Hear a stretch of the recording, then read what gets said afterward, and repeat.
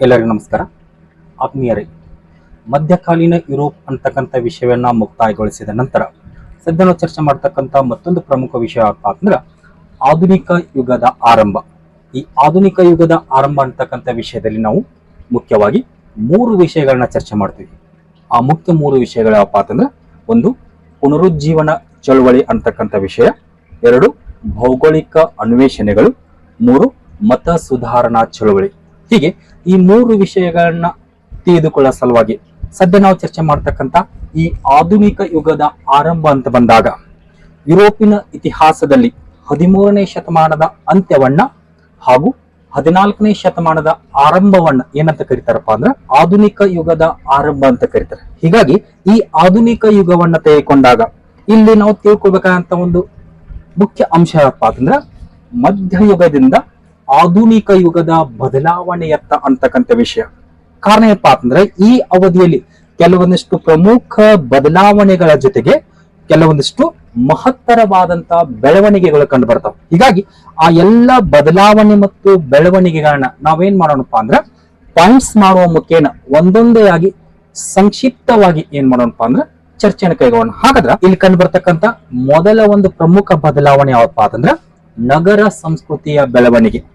ಈ ನಗರ ಸಂಸ್ಕೃತಿಯ ಬೆಳವಣಿಗೆ ಯಾವ ರೀತಿ ಕಂಡು ಬರತ್ತಪ್ಪ ಅಂದ್ರೆ ಯುರೋಪಿನ ನಗರಗಳಲ್ಲಿ ವಾಸ ಮಾಡ್ತಕ್ಕಂಥ ಜನರು ಏನ್ ಮಾಡ್ತಾರಪ್ಪ ಅಂದ್ರೆ ಗ್ರಾಮೀಣ ಜನರಿಗಿಂತ ತಾವು ಶ್ರೇಷ್ಠರೆಂದು ತಿಳಿದುಕೊಳ್ಳಲಿಕ್ಕೆ ಆರಂಭಿಸ್ತಾರೆ. ಅಷ್ಟೇ ಅಲ್ಲದೆ ತಾವು ಉತ್ತಮ ನಾಗರಿಕತೆಯಿಂದ ಬಂದವರು ಅಂತಕ್ಕಂಥ ಒಂದು ಭಾವನೆಯನ್ನ ಹೊಂದಲಿಕ್ಕೆ ಆರಂಭಿಸ್ತಾರೆ.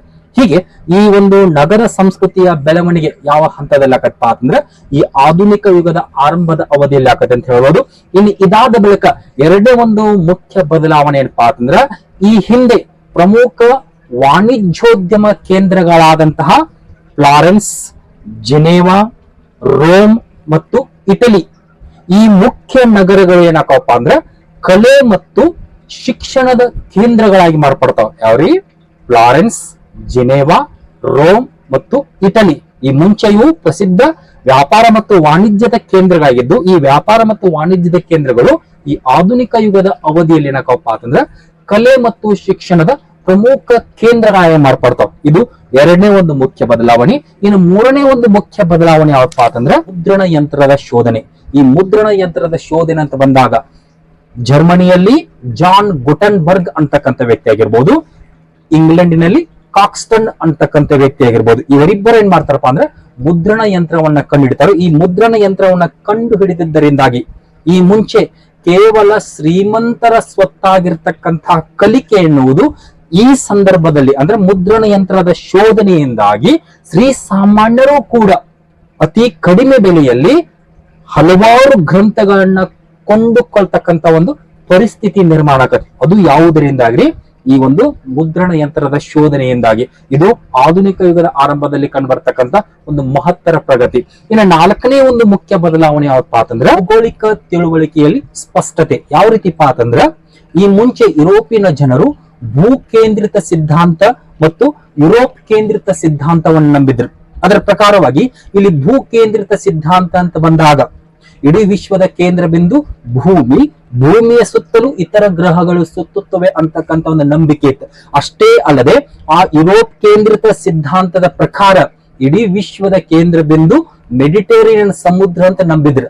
ಆದರೆ ಈ ರೀತಿಯಾದಂತಹ ಒಂದು ತಪ್ಪು ತಿಳುವಳಿಕೆಗಳು ಯುರೋಪಿನ ಜನರಿಂದ ಏನಾಕಪ್ಪ ಅಂದ್ರೆ ಮರೆಯಾಗಲಿಕ್ಕೆ ಆರಂಭ ಆಕವು. ಕಾರಣ ಏನಪ್ಪಾ ಅಂತಂದ್ರೆ ಈ ಸಂದರ್ಭದಲ್ಲಿ ನಿಕೋಲಸ್ ಕೊಪರ್ನಿಕಸ್ ಅಂತಕ್ಕಂಥ ವ್ಯಕ್ತಿ ಏನ್ ಮಾಡ್ತಾನಪ್ಪ ಅಂದ್ರೆ ಸೌರ ಕೇಂದ್ರಿತ ಸಿದ್ಧಾಂತವನ್ನ ಮಂಡಿಸ್ತಾನೆ. ಹೀಗಾಗಿ ಆ ಸೌರ ಕೇಂದ್ರಿತ ಸಿದ್ಧಾಂತದ ಪ್ರಕಾರವಾಗಿ ಈ ವಿಶ್ವದ ಕೇಂದ್ರ ಬಿಂದು ಭೂಮಿಯಲ್ಲ ಹಾಗೂ ಮೆಡಿಟರೇನಿಯನ್ ಸಮುದ್ರವೂ ಅಲ್ಲ. ಇಡೀ ವಿಶ್ವದ ಕೇಂದ್ರ ಬಿಂದು ಸೂರ್ಯ, ಸೂರ್ಯನ ಸುತ್ತಲೂ ಭೂಮಿ ಮತ್ತು ಇತರ ಗ್ರಹಗಳು ಸುತ್ತುತ್ತವೆ ಅಂತಕ್ಕಂಥ ಒಂದು ನಂಬಿಕೆ ಅಥವಾ ಒಂದು ಸ್ಪಷ್ಟತೆ ಯಾರಿಗೆ ಅರಿವಾಗತ್ತಪ್ಪ ಅಂತಂದ್ರೆ ಯುರೋಪಿನ ಜನರಿಗೆ ಆಗತ್ತೆ. ಇದು ಯಾವ ಸಂದರ್ಭದಲ್ಲಿ ಅಂತಂದ್ರೆ ಇದು ಆಧುನಿಕ ಯುಗದ ಆರಂಭದ ಬೆಳವಣಿಗೆಯಲ್ಲಿ ಕಂಡು ಬರ್ತಕ್ಕಂಥ ಒಂದು ಮಹತ್ತರ ಪ್ರಗತಿ ಅಂತ ಹೇಳ್ಬೋದು. ಇನ್ನು ಐದನೇ ಒಂದು ಮುಖ್ಯ ಬದಲಾವಣೆ ಯಾವಪ್ಪ ಅಂತಂದ್ರೆ ಭೌಗೋಳಿಕ ಅನ್ವೇಷಣೆಯ ಆರಂಭ. ಕಾರಣ ಏನಪ್ಪಾ ಅಂದ್ರೆ ಕಾನ್ಸ್ಟಂಟಿನೋಪಲ್ ನಗರವನ್ನ ಅಟೋಮನ್ ಟರ್ಕರು ವಶಪಡಿಸಿಕೊಂಡಿದ್ದರಿಂದಾಗಿ ಪೂರ್ವ ಮತ್ತು ಪಶ್ಚಿಮ ರಾಷ್ಟ್ರಗಳ ಮಧ್ಯೆ ಇರತಕ್ಕಂತ ಒಂದು ವ್ಯಾಪಾರಿ ಸಂಪರ್ಕ ನಿಂತು ಹೋಗಿರುತ್ತೆ. ಈ ಸಂದರ್ಭದಲ್ಲಿ ಯುರೋಪಿನ ಅನೇಕ ರಾಜರು ಮತ್ತು ಪೋಪರು ಏನ್ ಮಾಡ್ತಾರಪ್ಪ ಅಂತಂದ್ರ ನೌಕಾಯಾನಿಗಳಿಗೆ ಸಹಾಯವನ್ನ ಮಾಡುವ ಮುಖೇನ ಅವರನ್ನ ಭೌಗೋಳಿಕ ಅನ್ವೇಷಣೆಯಲ್ಲಿ ತೊಡಗುವಂತೆ ಮಾಡ್ತಾರೆ. ಹೀಗಾಗಿ ಈ ಸಂದರ್ಭದಲ್ಲಿ ಯುರೋಪಿನ ರಾಜರ ಸಹಾಯ ಮತ್ತು ಬೆಂಬಲವನ್ನ ಪಡೆದುಕೊಂಡಂತಹ ಅನೇಕ ನಾವಿಕರು ಏನ್ ಮಾಡ್ತಾರಪ್ಪ ಅಂದ್ರ ತಮ್ಮ ನೌಕಾಯಾನದ ಮುಖೇನ ಹೊಸ ಹೊಸ ಭೂ ಪ್ರದೇಶಗಳನ್ನ ಹಾಗೂ ಹೊಸ ಹೊಸ ಜಲಮಾರ್ಗಗಳನ್ನ ಸಂಶೋಧನೆ ಮಾಡ್ತಾರೆ. ಇವುಗಳಿಂದಾಗಿ ಹೊಸ ಭಾಷೆ, ಹೊಸ ಸಂಸ್ಕೃತಿ, ಹೊಸ ನಾಡು, ಹೊಸ ಭೂ ಪ್ರದೇಶಗಳು ಸಂಶೋಧನೆಗೊಳ್ಳಲಿಕ್ಕೆ ಆರಂಭ ಆಗುತ್ತೆ. ಇದು ಯಾವ ಸಂದರ್ಭದಲ್ಲಿ ಅಂತಂದ್ರೆ ಇದು ಆಧುನಿಕ ಯುಗದ ಆರಂಭದಲ್ಲಿ ಕಂಡುಬರ್ತಕ್ಕಂಥ 5ನೇ ಒಂದು ಪ್ರಮುಖ ಬೆಳವಣಿಗೆ. ಇನ್ನು 6ನೇ ಒಂದು ಪ್ರಮುಖ ಬದಲಾವಣೆ ಯಾವಪ್ಪ ಅಂತಂದ್ರೆ ಮಾನವೀಯ ಗುಣಗಳ ಅಳವಡಿಕೆ. ಯಾವ ರೀತಿ ಅಂತಂದ್ರೆ ಈ ಆಧುನಿಕ ಯುಗ ಆರಂಭದ ಸಂದರ್ಭದಲ್ಲಿಯೇ ಪೆಟ್ರಾರ್ಕ್ ಅಂತಕ್ಕಂಥ ವ್ಯಕ್ತಿಯ ನೇತೃತ್ವದಲ್ಲಿ ಈ ಪುನರುಜ್ಜೀವನ ಚಳವಳಿ ಆರಂಭವಾಗಿದ್ದರಿಂದಾಗಿ ಯುರೋಪಿನ ಜನರು ಏನ್ ಮಾಡ್ತಾರಪ್ಪ ಅಂತಂದ್ರೆ ಮೂಢನಂಬಿಕೆಗಳಿಂದ ಹೊರಬಂದು ವೈಜ್ಞಾನಿಕ ಮನೋಭಾವವನ್ನು ಬೆಳೆಸಿಕೊಳ್ತಾರೆ. ವೈಜ್ಞಾನಿಕ ಮನೋಭಾವವನ್ನು ಬೆಳೆಸಿಕೊಳ್ಳುವುದು ಅಷ್ಟೇ ಅಲ್ಲದೆ ಪಾರಮಾರ್ಥಿಕ ಜೀವನದ ಬದಲಾಗಿ ಮಾನವನ ಇಹಲೋಕದ ಅಥವಾ ಲೌಕಿಕ ಜೀವನಕ್ಕೆ ಮಹತ್ವವನ್ನು ಕೊಡ್ಲಿಕ್ಕೆ ಆರಂಭಿಸ್ತಾರೆ. ಆ ಸಂದರ್ಭದಲ್ಲಿ ಕೆಲವೊಂದಿಷ್ಟು ಮಾನವೀಯ ಗುಣಗಳನ್ನ ತಮ್ಮಲ್ಲಿ ಬೆಳೆಸಿಕೊಳ್ಳಲಿಕ್ಕೆ ಆರಂಭಿಸ್ತಾರೆ. ಇದು ಆಧುನಿಕ ಯುಗದ ಆರಂಭದಲ್ಲಿ ಕಂಡುಬರ್ತಕ್ಕಂಥ 6ನೇ ಒಂದು ಮುಖ್ಯ ಬದಲಾವಣೆ. ಇನ್ನಂತರ 7ನೇ ಒಂದು ಮುಖ್ಯ ಬದಲಾವಣೆ ಯಾವತ್ತಪ್ಪ ಅಂತಂದ್ರೆ ಸಾಂಸ್ಕೃತಿಕ ಕ್ಷೇತ್ರಗಳಲ್ಲಿ ಪ್ರಗತಿ. ಉದಾಹರಣೆಗೆ ಕಲೆ ಆಗಿರ್ಬೋದು, ಸಾಹಿತ್ಯ ಆಗಿರ್ಬೋದು, ವಾಸ್ತುಶಿಲ್ಪ ಆಗಿರ್ಬೋದು, ಶಿಲ್ಪಕಲೆ ಆಗಿರ್ಬೋದು, ಚಿತ್ರಕಲೆ ಆಗಿರ್ಬೋದು, ವಿಜ್ಞಾನ ಆಗಿರ್ಬೋದು, ಈ ಎಲ್ಲ ಕ್ಷೇತ್ರಗಳಲ್ಲಿ ಮಹತ್ತರವಾದಂತ ಒಂದು ಪ್ರಗತಿ ಕಂಡು ಬರುತ್ತೆ. ಕಾರಣ ಏನಪ್ಪ ಅಂತಂದ್ರೆ ಇಟಲಿ ಆಗಿರ್ಬೋದು, ಫ್ಲಾರೆನ್ಸ್ ಆಗಿರ್ಬೋದು, ಜಿನೇವಾ ಆಗಿರ್ಬೋದು, ರೋಮ್ ಆಗಿರ್ಬೋದು, ಇಲ್ಲಿ ಕಂಡು ಬರ್ತಕ್ಕಂಥ ಅನೇಕ ರಾಜರು ಏನ್ ಮಾಡ್ತಾರಪ್ಪ ಅಂದ್ರೆ ಅನೇಕ ಪಂಡಿತರು, ಸಾಹಿತಿಗಳು, ಬರಹಗಾರರು ಮತ್ತು ಶಿಲ್ಪಕಾರರು ಇವರೆಲ್ಲರಿಗೂ ಪ್ರೋತ್ಸಾಹವನ್ನು ಕೊಡುವ ಮುಖೇನ ಸಾಂಸ್ಕೃತಿಕ ಕ್ಷೇತ್ರಕ್ಕೆ ಏನ್ ಮಾಡ್ತಾರಪ್ಪ ಅಂದ್ರೆ ಹೆಚ್ಚಿನ ಒಂದು ಪ್ರಾಶಸ್ತ್ಯವನ್ನು ಕೊಡ್ತಾರೆ. ಇದು 7ನೇ ಒಂದು ಮುಖ್ಯ ಬದಲಾವಣೆ. ಇನ್ನು 8ನೇ ಒಂದು ಮುಖ್ಯ ಬದಲಾವಣೆ ಯಾವತ್ತಪ್ಪ ಅಂತಂದ್ರೆ ರಾಷ್ಟ್ರೀಯ ರಾಜ್ಯಗಳ ಏಳಿಗೆ. ಉದಾಹರಣೆಗೆ ಒಂದು ಕಡೆ ಕ್ಯಾಥೋಲಿಕ್ ಚರ್ಚಿನ ಪತನ ಆಕತಿ, ಮತ್ತೊಂದು ಕಡೆ ಉಳಿಗಮಾನ್ಯ ಪದ್ಧತಿಯ ಅಂತ್ಯ ಆಕತಿ. ಹೀಗೆ ಕ್ಯಾಥೋಲಿಕ್ ಚರ್ಚ್ ಮತ್ತು ಉಳಿಗಮಾನ್ಯ ಪದ್ಧತಿಯ ಅಂತ್ಯದ ನಂತರ ಸ್ಪೇನ್ ಆಗಿರ್ಬೋದು, ಪೋರ್ಚುಗಲ್ ಆಗಿರ್ಬೋದು, ಇಂಗ್ಲೆಂಡ್ ಆಗಿರ್ಬೋದು, ಫ್ರಾನ್ಸ್ ಆಗಿರ್ಬೋದು, ಹೀಗೆ ಇನ್ನೂ ಅನೇಕ ರಾಷ್ಟ್ರಗಳಲ್ಲಿ ಏನಾಕಪ್ಪ ಅಂದ್ರ ಹೊಸ ಹೊಸ ರಾಷ್ಟ್ರೀಯ ರಾಜ್ಯ ಮನೆತನಗಳು ಹುಟ್ಟಿಕೊಳ್ತಾವ. ಹೀಗೆ ಈ ಹುಟ್ಟಿಕೊಂಡಂತ ರಾಜ್ಯ ಮನೆತನಗಳು ಏನ್ ಮಾಡ್ತಾವಪ್ಪ ಅಂತಂದ್ರೆ ಕಲೆ ಆಗಿರ್ಬೋದು, ಸಾಹಿತ್ಯ ಆಗಿರ್ಬೋದು, ಈ ಎಲ್ಲ ಕ್ಷೇತ್ರಗಳಿಗೆ ತಮ್ಮದೇ ಆದಂತ ಒಂದು ಪ್ರೋತ್ಸಾಹವನ್ನ ಕೊಡಲಿಕ್ಕೆ ಆರಂಭಿಸ್ತಾವ. ಇದಾದ ಬಳಿಕ ಮತ್ತೊಂದು ಮುಖ್ಯ ಬದಲಾವಣೆ ಯಾವತ್ತಪ್ಪ ಅಂತಂದ್ರೆ ಕ್ರೈಸ್ತ ಮಿಷನರಿಗಳು ಜಗತ್ತಿನಾದ್ಯಂತ ಏನ್ ಮಾಡ್ತಾವಪ್ಪ ಅಂತಂದ್ರೆ ಕ್ರೈಸ್ತ ಧರ್ಮವನ್ನ ಪ್ರಚಾರ ಮಾಡಲಿಕ್ಕೆ ಆರಂಭಿಸ್ತಾವ. ಆ ಕ್ರೈಸ್ತ ಧರ್ಮದ ಪ್ರಚಾರದ ಸಂದರ್ಭದಲ್ಲಿ ಯುರೋಪಿನ ನಾನಾ ರಾಷ್ಟ್ರಗಳು ಪ್ರಪಂಚದ ಅನೇಕ ಕಡೆಗಳಲ್ಲಿ ಏನ್ ಮಾಡ್ತಾರಪ್ಪ ಅಂದ್ರೆ ತಮ್ಮ ಒಂದು ವಸಾಹತುಗಳನ್ನ ಸ್ಥಾಪನೆ ಮಾಡಿಕೊಳ್ಳುವ ಮುಖೇನ ಅಲ್ಲಿರ್ತಕ್ಕಂಥ ಜನರನ್ನ ತಮ್ಮ ಗುಲಾಮರನ್ನಾಗಿ ಮಾಡಿಕೊಂಡು ಅಲ್ಲಿನ ನೈಸರ್ಗಿಕ ಸಂಪನ್ಮೂಲಗಳನ್ನೆಲ್ಲ ಏನ್ ಮಾಡ್ತಾರಪ್ಪ ಅಂತಂದ್ರೆ ಶೋಷಣೆ ಮಾಡಲಿಕ್ಕೆ ಆರಂಭಿಸ್ತಾರೆ. ಇದು ಆಧುನಿಕ ಯುಗದಲ್ಲಿ ಕಂಡುಬರ್ತಕ್ಕಂಥ ಮತ್ತೊಂದು ಪ್ರಮುಖ ಬೆಳವಣಿಗೆ ಅಂತ ಹೇಳ್ಬೋದು. ಇನ್ನು ಕೊನೆಯ ಒಂದು ಬೆಳವಣಿಗೆ ಯಾವತ್ತಪ್ಪ ಅಂತಂದ್ರೆ ಪ್ರಮುಖ 3 ಘಟನೆಗಳು ನಡೆಯಲಿಕ್ಕೆ ಸಾಕ್ಷಿ. ಆ 3 ಘಟನೆಗಳು ಯಾವಪ್ಪ ಅಂತಂದ್ರೆ ಪುನರುಜ್ಜೀವನ, ಭೌಗೋಳಿಕ ಅನ್ವೇಷಣೆಗಳು ಹಾಗೂ ಮತ ಸುಧಾರಣೆಯಂತಹ ಈ 3 ಪ್ರಮುಖ ಘಟನೆಗಳು ನಡೆಯಲಿಕ್ಕೆ ಮುಖ್ಯ ಕಾರಣ ಯಾವಪ್ಪ ಅಂದ್ರೆ ಈ ಆಧುನಿಕ ಯುಗದ ಆರಂಭ ಅಂತ ಹೇಳ್ಬೋದು. ಹೀಗೆ ಇಷ್ಟೆಲ್ಲಾ ಒಂದು ಪ್ರಮುಖ ಬದಲಾವಣೆಗಳು ನಮಗೆ ಯಾವ ಅವಧಿಯಿಂದ ಯಾವ ಅವಧಿಯಲ್ಲಿ ಕಂಡು ಬರ್ತಾವಪ್ಪ ಅಂತಂದ್ರೆ ಮಧ್ಯಯುಗದಿಂದ ಆಧುನಿಕ ಯುಗದ ಆರಂಭದ ಅವಧಿಯಲ್ಲಿ ಕಂಡು ಬರ್ತಾವ. ಹೀಗೆ ಈ ಎಲ್ಲ ಪ್ರಮುಖ ಬೆಳವಣಿಗೆ ಮತ್ತು ಬದಲಾವಣೆಗಳನ್ನ ಸಂಕ್ಷಿಪ್ತವಾಗಿ ತಿಳಿದುಕೊಂಡ ನಂತರ ಸದ್ಯ ನಾವು ನೇರವಾಗಿ ಏನ್ ಮಾಡೋಣಪ್ಪ ಅಂತಂದ್ರೆ ಮೊದಲ ಒಂದು ವಿಷಯ ಯಾವತ್ತಪ್ಪ ಅಂದ್ರೆ ಪುನರುಜ್ಜೀವನ ಅಂತಕ್ಕಂಥ ವಿಷಯವನ್ನು ಚರ್ಚೆಯನ್ನು ಕೈಗೊಳ್ಳೋಣ. ಹಾಗಾದ್ರೆ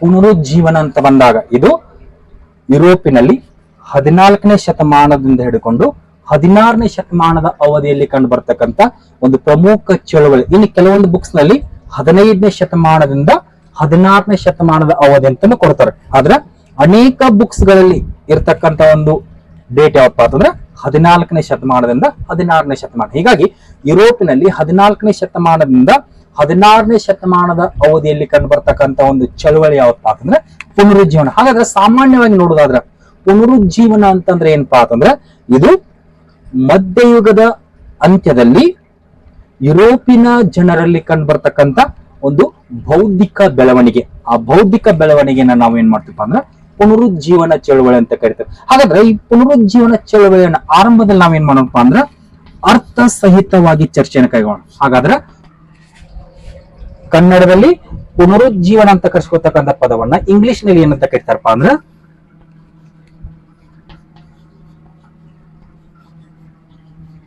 ರಿನೈಸನ್ಸ್ ಅಂತ ಕರೀತಾರೆ. ಹೀಗಾಗಿ ಈ ಇಂಗ್ಲಿಷಿನ ರಿನೈಸನ್ಸ್ ಅಂತಕ್ಕಂಥ ಪದ ಬಂದಿದ್ದು ಇದು ಲ್ಯಾಟಿನ್ ಭಾಷೆಯ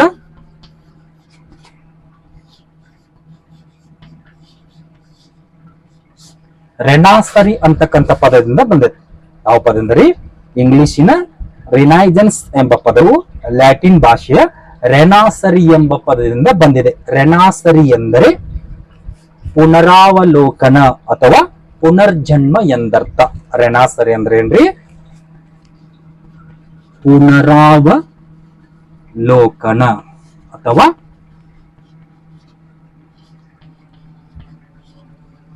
ಪುನರ್ಜನ್ಮ ಎಂದರ್ಥ ಅಥವಾ ಮರು ಹುಟ್ಟುವಿಕೆ ಅಥವಾ ಹೊಸ ಹುಟ್ಟು ಅಂತಕ್ಕಂಥ ಇತರ ಹೆಸರುಗಳು ಕಂಡು ಬರ್ತಾವೆ. ಒಟ್ಟಾರೆಯಾಗಿ ಇಲ್ಲಿ ಪುನರುಜ್ಜೀವನದ ಅರ್ಥದ ಹಿನ್ನೆಲೆಗೆ ಬಂದಾಗ ಕನ್ನಡದಲ್ಲಿ ಪುನರುಜ್ಜೀವನ ಅಂತ ಕರೆಸುವಂತ ಪದವನ್ನ ಇಂಗ್ಲಿಷ್ ನಲ್ಲಿ ಏನಂತ ಕರೀತಾರ್ರಿ?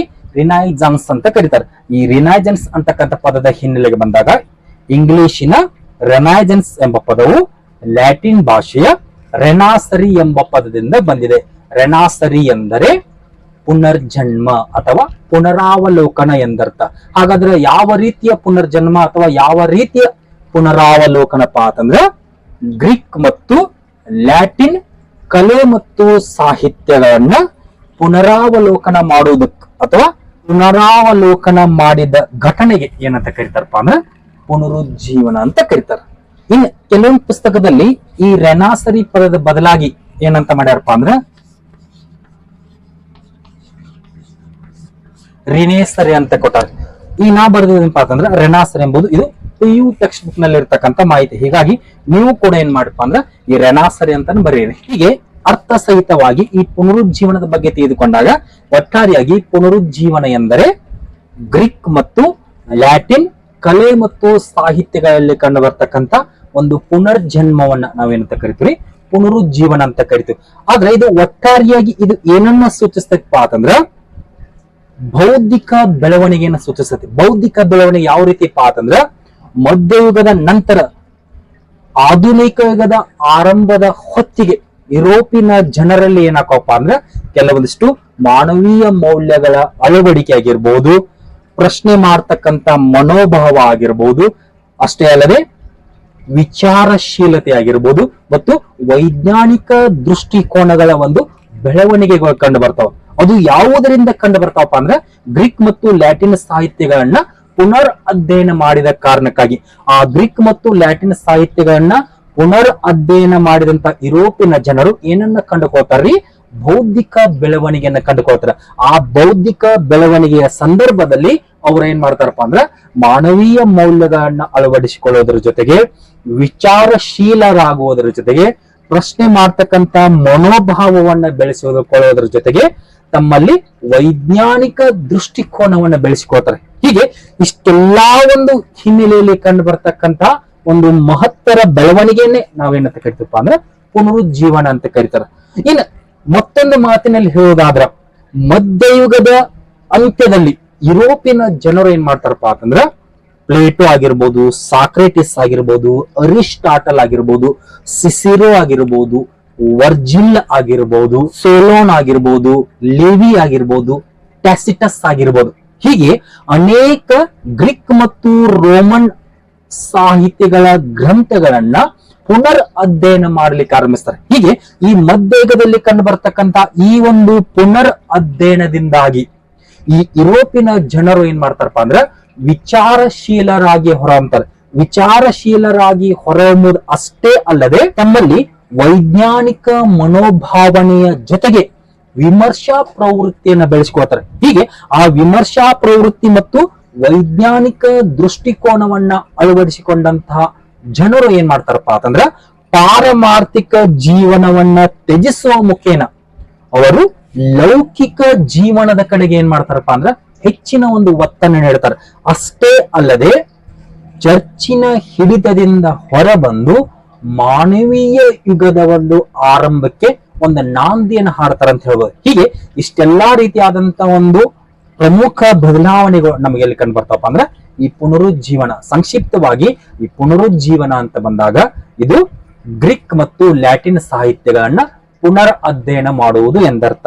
ಯಾಕೆ ಪುನರ್ ಅಧ್ಯಯನ ಮಾಡಿದ್ರ ಎಂಬುದು ಕುರಿತಾಗಿ ನಾವೇನ್ ಮಾಡೋಣಪ್ಪ ಅಂದ್ರೆ ಈ ಪುನರುಜ್ಜೀವನ ಅಂತಕ್ಕಂಥ ಘಟನೆಯಲ್ಲಿ ಕಂಡು ಬರ್ತಕ್ಕಂಥ ಪ್ರಮುಖ ಕಾರಣಗಳನ್ನ ಚರ್ಚೆ ಮಾಡುವಾಗ ಏನ್ ಮಾಡೋಣಪ್ಪ ಅಂದ್ರೆ ಚರ್ಚೆಯನ್ನು ಕೈಗೊಳ್ಳೋಣ. ಹಾಗಾದ್ರೆ ಇಲ್ಲಿ ಪುನರುಜ್ಜೀವನದ ಅರ್ಥವನ್ನ ನೋಡಿದ ನಂತರ ಇದೇ ಪುನರುಜ್ಜೀವನದ ಬಗ್ಗೆ ಸಂಕ್ಷಿಪ್ತ ಮಾಹಿತಿ ಏನಪ್ಪಾ ಅಂತಂದ್ರ ಈ ಪುನರುಜ್ಜೀವನ ಮೂಲತಃ ಯಾರ ನೇತೃತ್ವದಲ್ಲಿ ನಡೀತಪ್ಪ ಅಂತಂದ್ರ ಇದು ಮಹಾನ್ ಮಾನವತಾವಾದಿ ಆದಂತ ಪೆಟ್ರಾರ್ಕನ ನೇತೃತ್ವದಲ್ಲಿ ನಡೀತು. ಹೀಗಾಗಿ ಈ ಪೆಟ್ರಾರ್ಕನ ನೇತೃತ್ವದಲ್ಲಿ ಈ ಚಳವಳಿ ನಡೆದ ಕಾರಣಕ್ಕಾಗಿ ಈ ಪೆಟ್ರಾರ್ಕನ ಏನಂತ ಕರೀತಾರಪ್ಪ ಅಂತಂದ್ರೆ ಪುನರುಜ್ಜೀವನದ ಪಿತಾಮಹ ಅಂತ ಕರೀತಾರೆ. ಅಷ್ಟೇ ಇಲ್ಲದೆ ಮಾನವತಾವಾದದ ಪಿತಾಮಹ ಅಂತ ಕರೀತಾರೆ. ಯಾರನ್ರಿ? ಈ ಪೆಟ್ರಾರ್ಕನನ್ನ.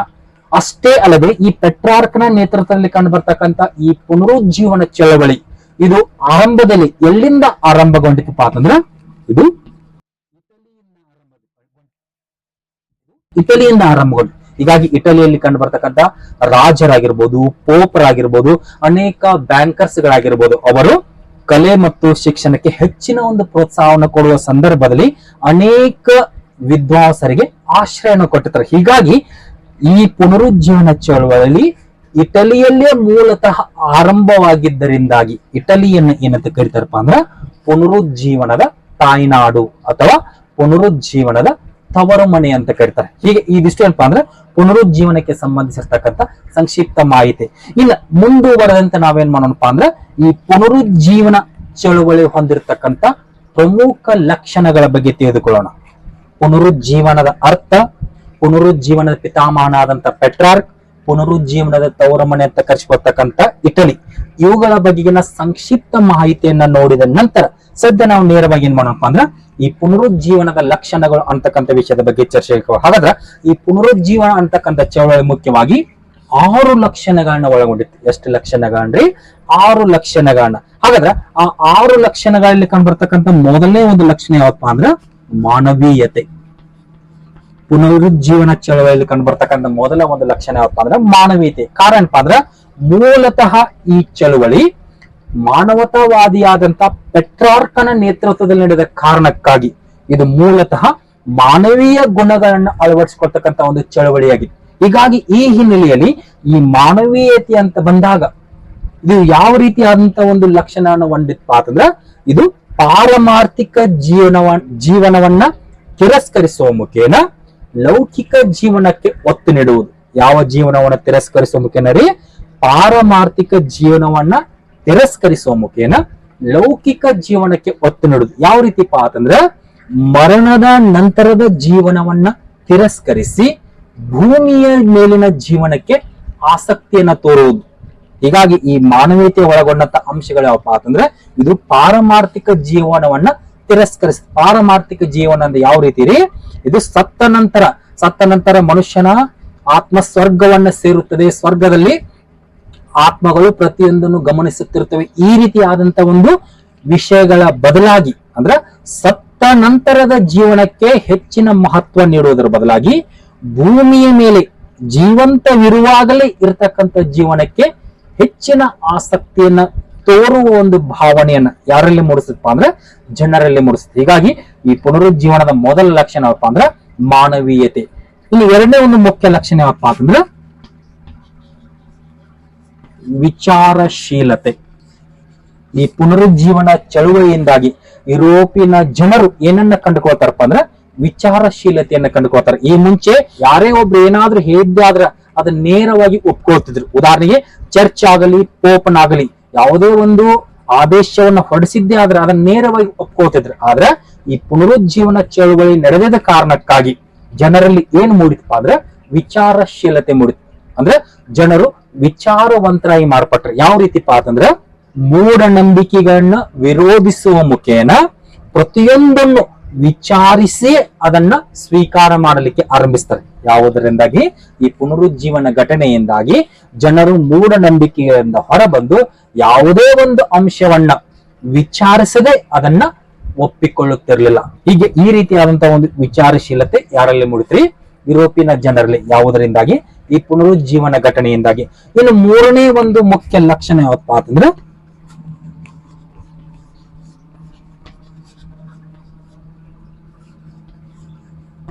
ಪ್ರಶ್ನಾರ್ಥಕತೆ. ಇಲ್ಲಿ ಪ್ರಶ್ನಾರ್ಥಕತೆ ಅಂದ್ರಪ್ಪ ಅಂದ್ರೆ ಜನರಲ್ಲಿ ಪ್ರಶ್ನೆ ಮಾಡ್ತಕ್ಕಂತ ಮನೋಭಾವವನ್ನು ಬೆಳೆಸ್ತು. ಈ ಮುಂಚೆ ಏನ್ ಮಾಡ್ತಿದ್ರಿ?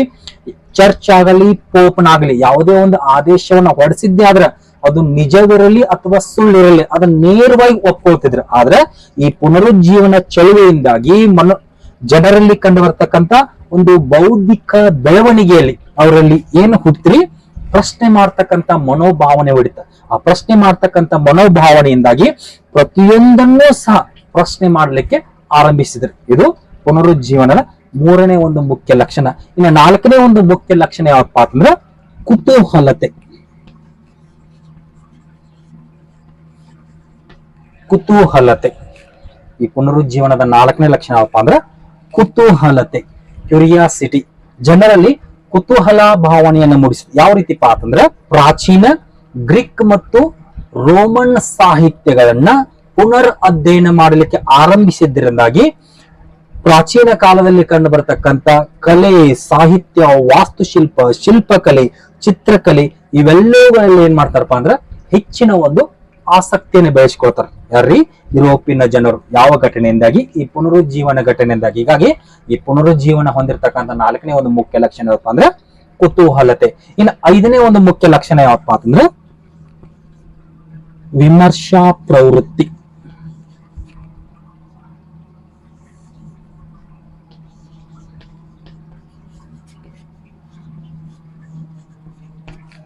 ಪುನರುಜ್ಜೀವನದ ಐದನೇ ಒಂದು ಮುಖ್ಯ ಲಕ್ಷಣ ಯಾವಪ್ಪ ಅಂದ್ರೆ ಜನರಲ್ಲಿ ವಿಮರ್ಶೆ ಮಾಡತಕ್ಕಂತ ಪ್ರವೃತ್ತಿಯನ್ನ ಬೆಳೆಸ. ಉದಾಹರಣೆಗೆ ಯಾವುದೇ ಒಂದು ವಿಷಯದ ಸತ್ಯಾಸತ್ಯತೆಯನ್ನ ತಿಳಿದುಕೊಳ್ತಕ್ಕಂತ ಒಂದು ಭಾವನೆಯನ್ನ ಮೂಡಿಸ್ತು. ಯಾರಲ್ರಿ? ಯುರೋಪಿನ ಜನರಲ್ಲಿ. ಹೀಗಾಗಿ ಪುನರುಜ್ಜೀವನ ಚಳುವಳಿಯಿಂದಾಗಿ ಯುರೋಪಿನ ಜನರು ಏನ್ ಮಾಡ್ತಾರಪ್ಪ ಅಂದ್ರೆ ವಿಮರ್ಶಾ ಪ್ರವೃತ್ತಿಯನ್ನ ತಿಳಿದ್ರ ಅಂತ ಹೇಳ್ಬಹುದು. ಈ ನೆಕ್ಸ್ಟ್ ಆರನೇ ಒಂದು ಮುಖ್ಯ ಲಕ್ಷಣ ಯಾವಪ್ಪ ಅಂತಂದ್ರೆ ಸ್ವತಂತ್ರ ಆಲೋಚನೆ.